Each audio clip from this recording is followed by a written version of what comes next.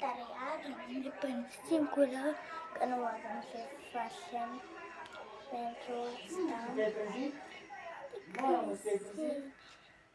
Se va abonați. Să vă abonați. O bine.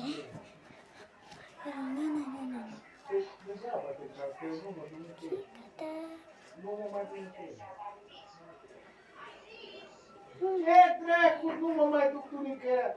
Stai acasă, spală vasele de cu mătura pe acolo treabă. Tati, de ce faci așa?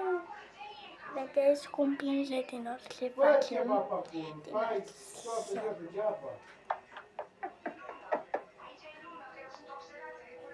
Băi, vai. Da, lumea. Stai acasă. Da. Stai tu acasă, nebună, mă, că nu mă duc nicăieri, ia tu. Ai visat? N-ai mai visat?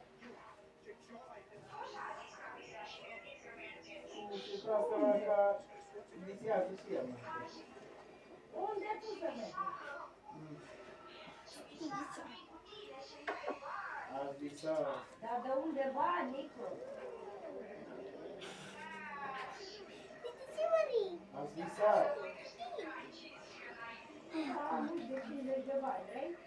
Da, banul, uite, un leu, 30. Mergem cu copilul. Nu știu. Vezi, eu nici nu știu ce filmă. Ține pe mine. Eu fumez penale și tu vrei cadouri. Cadouri. Săraca. Ia uite ce brichetă mică am. Nu, vezi cadou, uite că ai cadou. Bravo. Păi aia, asta e a doua, nu e a mea. Da. Nu. Cadou.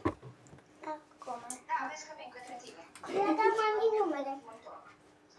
Cred că vine la mine cu japca. Eu. Mi-a spus eu pe numele meu. Muș.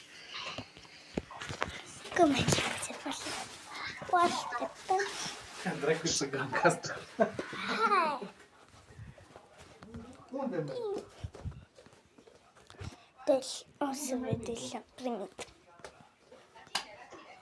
Ce bucurie.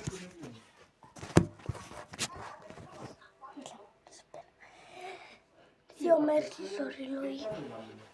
Deci.